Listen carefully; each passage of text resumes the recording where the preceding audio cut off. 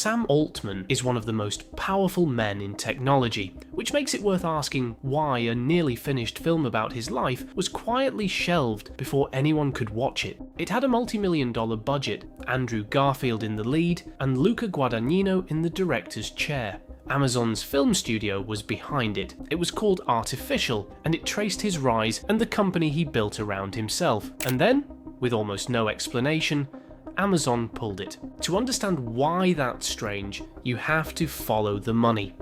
Just a few months before the film was buried, Amazon had committed $50 billion to Altman's company. Around the same time, reporting emerged on what was in an early draft of the script, including a scene where a character based on Geoffrey Hinton, who is often called the godfather of AI, describes Altman as one of the most manipulative people on the planet. It's a strange little story on its own, but it stops being strange once you realise how old the pattern is, because the story of Sam Altman runs back about 20 years, to a small startup whose own employees tried more than once to have him removed. Long before OpenAI, there was a startup called Loopt. It was a location-sharing app, and Altman co-founded it in 2005, not long after dropping out of Stanford. From the outside, it looked promising. It raised more than $30 million from serious investors. From the inside, it looked different. According to the Wall Street Journal, senior employees at Loopt twice went to the board and asked them to fire Altman. They described his behaviour as deceptive and chaotic. They said he pulled engineers onto his own side projects and that he had trouble telling the truth. Mark Jacobstein, who was Loopt's chief operating officer, said that if Altman imagines something to be true, it sort of becomes true in his head. That trait showed up in how Loopt talked about itself. A location-sharing app only works if enough people use it, otherwise you are just looking at yourself on a map. So the number of users was the whole game. Loopt refused to say how many it had, and Altman insisted it had far more than any rival service. But according to Reuters, the app was struggling to break 500 daily users. This was a company that had once been valued at around $500 million. When that figure came out, Altman insisted the real number was 100 times higher and promised to provide evidence, but he never did. In 2012, Loopt was sold to a company called Green Dot, which shut the app down after the sale and never used the technology. For all the early promise, it was a quiet ending, a long way from the success story Loopt had been pitched as. By this point, Altman had also taken a job at Y Combinator, the famous startup accelerator that had funded Loopt in the first place. He started as a part-time partner, helping decide which young companies the firm would back. That same year, he started a venture fund of his own called Hydrazine Capital, with most of the money coming from Peter Thiel. He then put around 75% of that fund into Y Combinator startups, which were the same companies he was helping pick. In 2014, Paul Graham, who co-founded Y Combinator and had mentored Altman, handpicked him to take over as president. For the next 5 years, Altman ran the most influential startup accelerator in the world, but running it for Altman increasingly meant running it for himself. A year into the job, he co-founded OpenAI, and as that side project pulled more of his attention, partners noticed he was treating Y Combinator's access and deal flow as a personal advantage. It was the Loopt pattern again. The structures were his to use, and the line between the institution and his own interests kept getting thinner. And it did not end cleanly. Those complaints had reached Graham, and according to reporting in the Washington Post, he flew in from England to fire Altman in person.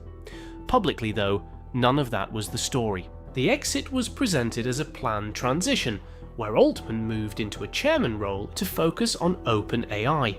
Graham has since disputed the word fired, and said Altman is no less honest than other powerful people in Silicon Valley. By 2019, the pattern was 2 companies deep, and the people closest to him had gone from calling him careless to calling him a pathological liar.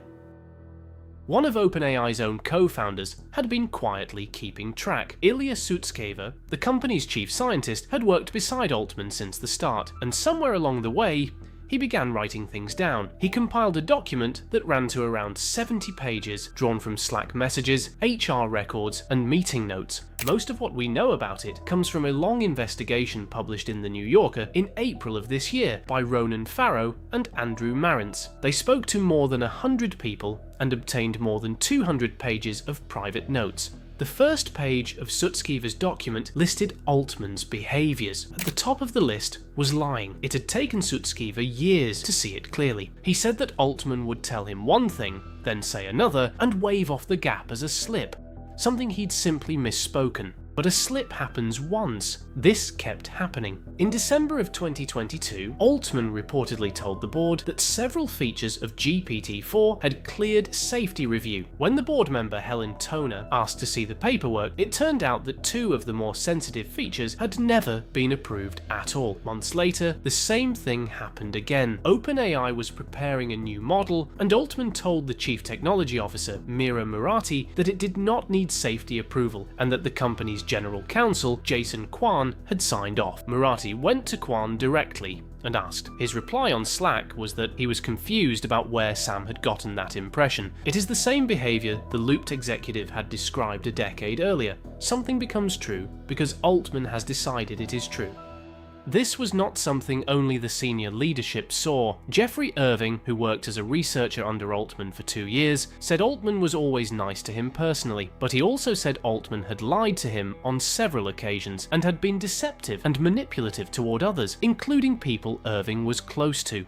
Dario Amodei led research at OpenAI before he left to found Anthropic. He also kept around 200 pages of his own private notes during his years at the company. In 2019, as OpenAI was closing its big investment deal with Microsoft, Amodei had pushed for a safety clause in the company's charter. Altman agreed to it, but as the deal closed, Amodei discovered that a provision had been quietly added that handed Microsoft the power to block that safety clause from ever taking effect. He confronted Altman, who denied the provision existed, so Amodei read it aloud to him, pointing at the text, and then brought in a colleague to confirm it was real. Altman said he does not remember this. From everything he saw, Amodei reached one conclusion.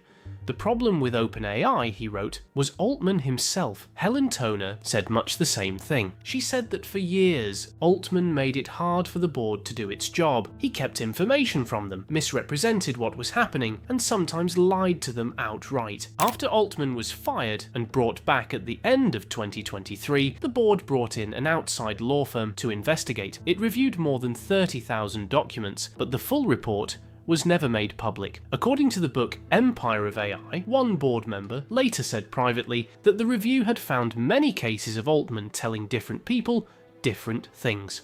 Of everything Altman says, the line he returns to most often is that he owns no part of OpenAI. He says he makes no money from it, that he runs it out of mission rather than money, and that he draws a salary of only around $65,000. Earlier this year, the legal fight between Elon Musk and Altman put a number on that claim. Musk's lawyers introduced a document into evidence. It listed 9 companies that Altman holds personal stakes in. Every one of them does business with OpenAI. Together, those stakes were worth more than $2 billion at the end of last year. There is his stake in Helion, a fusion energy company that has agreed to supply power to OpenAI worth around $1.7 billion.